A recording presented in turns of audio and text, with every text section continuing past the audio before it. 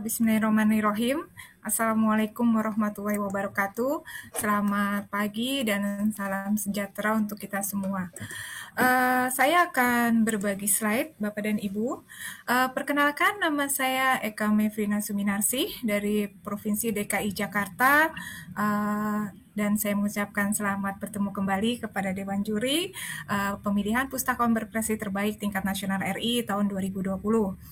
Hari ini saya akan mempresentasikan dua inovasi yang telah saya lakukan dari berbagai inovasi yang saya miliki, yaitu yang pertama mengenai sistem manajemen pengetahuan. Jadi saya adalah pustakawan di Badan Pengkajian dan Penerapan Teknologi. Sebagai seorang pustakawan di lembaga saya memiliki kewajiban untuk mengembangkan dan mengelola semua sumber informasi yang dimiliki oleh BPPT. Oleh karena itu, pada tahun 2016 saya berinisiatif mengembangkan sistem manajemen pengetahuan di lembaga saya. Adapun sistem manajemen pengetahuan ini ialah mengelola pengetahuan tesit, yaitu pengetahuan dalam pikiran para ahli teknologi di BPPT menjadi pengetahuan eksplisit yang dapat dimanfaatkan oleh masyarakat. Pengetahuan eksplisit ini berbentuk buku, kemudian karya ilmiah, artikel, dan sebagainya. Kemudian pengembangan sistem manajemen pengetahuan ini terus kami lakukan.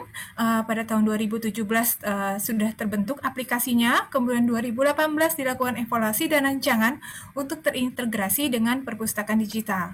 Kemudian saya membuat roadmap Knowledge Management System BPPT atau sistem manajemen pengetahuan tersebut untuk dikembangkan lebih lanjut 5 tahun ke depan.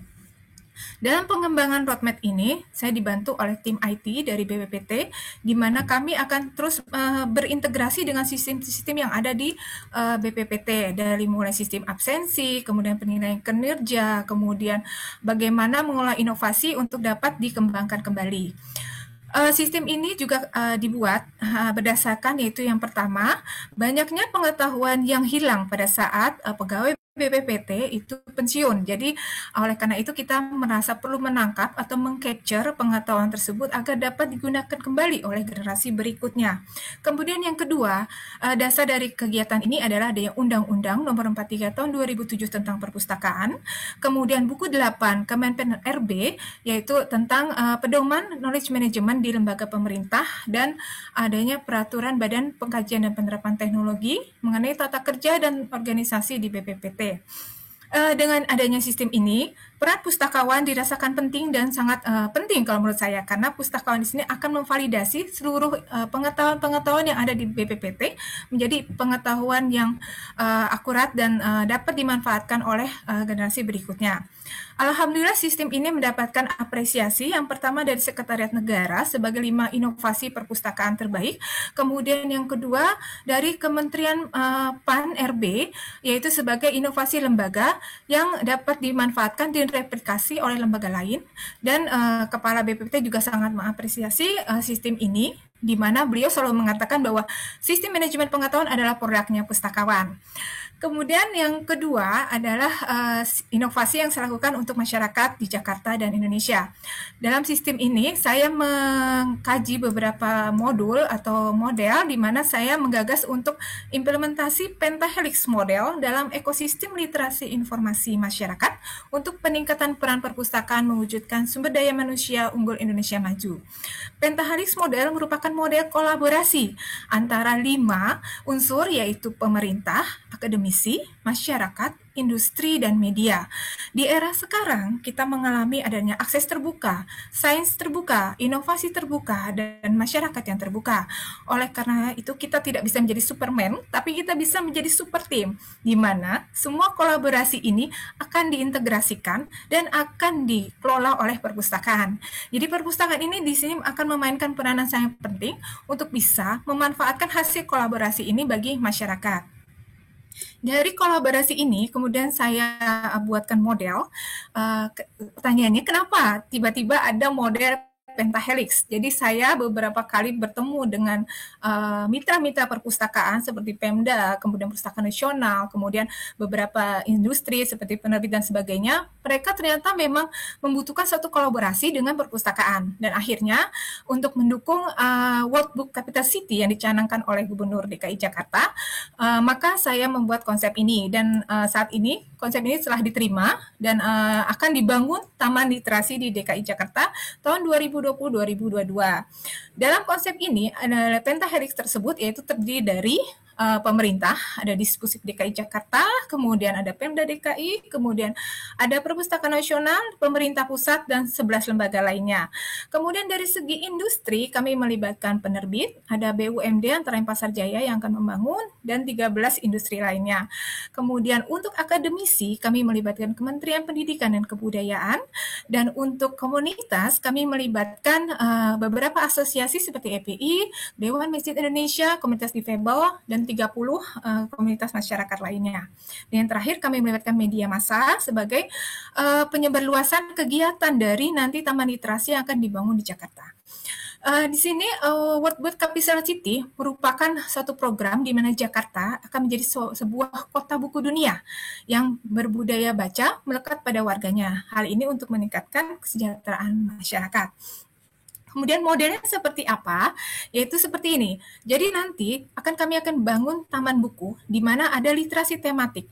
Jadi ada beberapa taman buku, taman baca, kemudian ada taman bermain dan sebagainya, di mana literasi tematik ini akan dikelola dengan baik oleh pengelola taman buku tersebut. Kemudian kita menetapkan target penggunanya di taman buku, kemudian ada ruang taman, ada kegiatan masyarakat, dan ada pengelolaannya. Di dalam taman buku ini kami berkolaborasi. Yang pertama kami menyiapkan perpustakaan. Di sini senternya adalah perpustakaan. Kemudian kita menyiapkan tempat untuk toko buku, penerbit dan sebagainya yang berhubungan dengan buku-buku yang diterbitkan di Indonesia. Lalu kami juga menyiapkan kafe atau restoran atau tempat makan di mana pengunjung juga dapat menikmati makanan, dan kami menyiapkan ruang pamer, di mana ruang pamer ini dapat digunakan oleh UMKM, kemudian masyarakat sekitar untuk memamerkan produk mereka. Lalu ada juga ruang aktivitas komunitas, jadi di antara kegiatan yang akan dilakukan ada seni budaya, kemudian mengundang pengarang, penulis, dan sebagainya. Ini juga untuk meliterasi informasi bagi masyarakat, dan juga disiapkannya tempat bermain bagi masyarakat yang akan berkunjung ke taman ini. Selanjutnya, karena kita ada di dalam sistem informasi saat ini, di mana itu suatu kebutuhan primer yang bagi masyarakat Jakarta, terutama mungkin juga di Indonesia, kita tidak bisa lepas dari teknologi informasi. Oleh karena itu, saya juga mengusulkan dan akan dikembangkan saat ini sedang diproses, yaitu sistem teknologi informasi apa yang akan digunakan oleh setiap taman literasi ini. Nah, ini karena kita berkolaborasi antara perpustakaan, antara pemerintah, antara penerbit, dan industri, maka kami membuat suatu sistem di mana pengguna bisa memilih fitur-fitur yang kami sediakan. Apakah membaca di tempat, meminjam buku, atau ingin membeli buku. Nanti akses ini membaca di tempat akan kita kan akses sumber di mana bisa dibaca di tempat tersebut.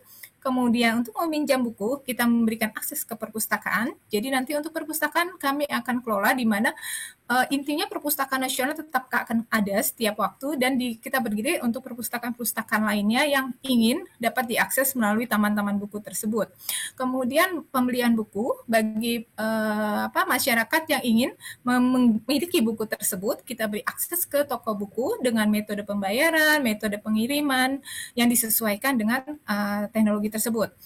Kemudian untuk teknologi ini kami menyiapkan pangkalan data penerbit atau toko buku dan pangkalan data perpustakaan.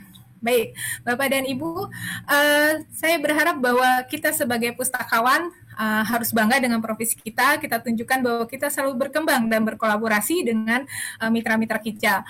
Dan insya Allah mereka juga akan melihat kita sebagai sesuatu yang penting bagi pengembangan literasi.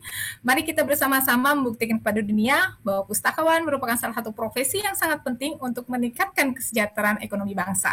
Demikian paparan saya. Akhir kata, wassalamualaikum warahmatullahi wabarakatuh. Terima kasih, salam literasi.